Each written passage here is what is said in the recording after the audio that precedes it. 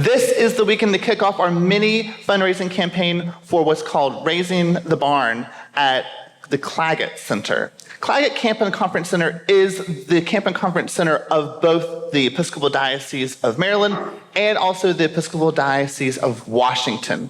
If you may not remember, I was a member at a church at St. Thomas's DuPont Circle in Washington before I became a priest. And 9 years ago was the first time I got to experience going to the Claggett Center at a contemplative retreat with my church there. I gotta say, the Claggett Center has changed dramatically from 9 years ago. The facilities are much more enjoyable than they were back then, and it's a wonderful place. I think Ken McKenzie has spoken about this about Cayuga, one of the camps that he's familiar with. It's a thin place, meaning that to experience God is it's a little easier in a place like Cayuga or the camp that I grew up at Peterkin. We called it a thin place as well. Claggett is definitely a thin place where your connection with God is just a little bit easier. At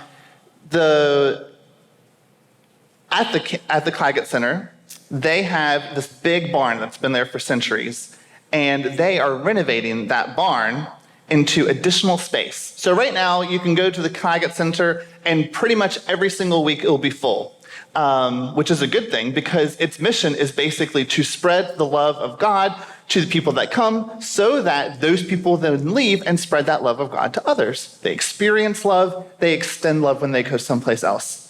The only problem is their facilities are limited, and they want to be able to extend their ministry to more people. This barn renovation, which is going to be $3 million, will expand their capacity. They'll be able to have more than one group there at a time and basically increase their capacity by hundreds of people. This new space, there's two levels. The first level will have a almost 300-person meeting room space that they don't currently have, and then underneath there will be a dining space for almost additional 200 people than they currently have. It's huge, huge, huge, huge. Here's the good thing. We're not raising $3 million today for the Claggett Center. They've already raised 80% of their goal. The Diocese of Maryland has asked that each congregation contribute $3,000 to this campaign. The campaign is called Raise the Barn.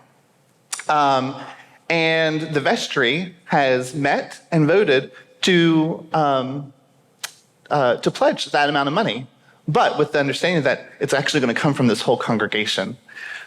Thinking that the Claggett Center is not just the diocese, it's an extension of our church family, and that we additionally will be using it. Now, here's the thing. I'm a little slow and dense. I didn't realize that Raise the Barn was like a pun. It's actually a real thing. Does anyone know what raising the barn is? Am I the only person that wasn't familiar with this? Amish thing, right? Is there at least one person that doesn't know what raising the barn? Okay, Awen, thank God. You're okay. I didn't do research on Wikipedia for nothing then. This is good. According to Wikipedia, barn raising is a collective action of a community in which a barn of one of the members is built or rebuilt collectively by members in the community.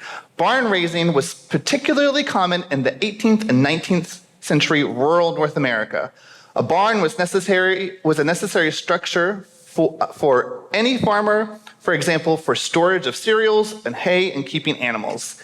Yet a barn was also a large and costly structure, the assembly of which required more labor than the typical family could provide. Barn raising addressed this need by enlisting members for the whole community, unpaid, to assist in the building of their neighbors' barns. Claggett Center is our neighbor. They need our help. And together, the whole diocese can say we're contributing to our community by helping raise this barn, which will then raise more people who are going to be influenced by the love of God to then express that love to the world. I'm sure most of you already know this, but the Camp and Conference Center in West Virginia that I grew up going to, highly influential, specifically as a youth. My church didn't have a youth group, very small, few children, and I went to this camp every single year. And the youth of the West Virginia was basically my youth group. I experienced love in a way in which I needed to be here, standing here today. My little ring that I wear, I don't wear jewelry, nothing. I've worn this ring ever since I was a camp counselor at that camp. It was called Peterkin, and it has a little symbol for our camp. I wear it every single day knowing how much of an influence it's had on my life. I am not a unique person. People who go to Claggett, children who go to Claggett have this same experience. It boosts their faith to then lead a life that's going to help others as well. So with that, I have no doubt that we're going to raise $3,000. I'm actually wondering, well, what do we do with the excess money, right? On August 22nd, this church, for the first time in a long time, has 8 dedicated people who are going to be having a discussion about what youth and children's ministry looks like in this parish. It will be a concrete conversation with actual action steps afterwards. No matter what happens, they're going to need something, maybe materials for activities or programs that they're going to do. Who knows? Maybe they want to go to Claggett Center themselves and maybe need a scholarship to help them go. I don't know what they're going to need. It's in the future. I have no clue, but I do know that more funds are going to be available. So any funds over and above $3,000 will go directly to whatever youth activities are going to be needed for this coming fall, because it's not in our budget. So with that, look at this. It's a QR code. And now I know for the young ones in the crowd, they're like, that's a QR code. But have you ever been to a restaurant and they make you scan the QR code to get the menu? Well, I have a whole stack of these QR codes. So when you leave, I can give you this QR code and you can scan it. It takes you directly to the place on your cell phone to give, millions of dollars to this campaign, which is great.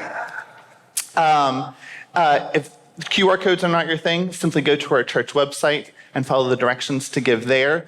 Through Easy Ties, select Raise the Barn so we know what it's going to. You can contribute that way.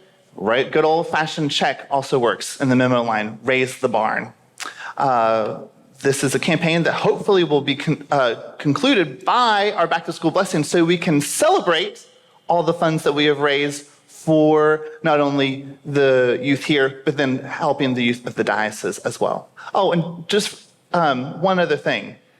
This isn't like contributing to Ukraine or Project Echo or all the wonderful other things that we've been raising money for this year. Let me read the last little thing about raising the barn. Because each other could ask others for help, reciprocation could eventually reasonably be presumed for each participant if they were to help raise the barn. If you help someone raise the barn, that person's going to help you raise the barn when the time comes. This isn't just giving to something that's not going to help us as well. We use Claggett Center. Our vestry had its vestry retreat there, and I will speak for myself. It was transformative. It was a thin place, and I was changed after leaving that place. You yourself can go on a retreat there. We as a parish may take a parish retreat there. This is not something that you just give something money to and we won't get anything back. At a bare minimum, our youth will utilize it, but it's there for all of us. It's a reciprocal relationship where we raise them so they raise us. So give generously, everyone.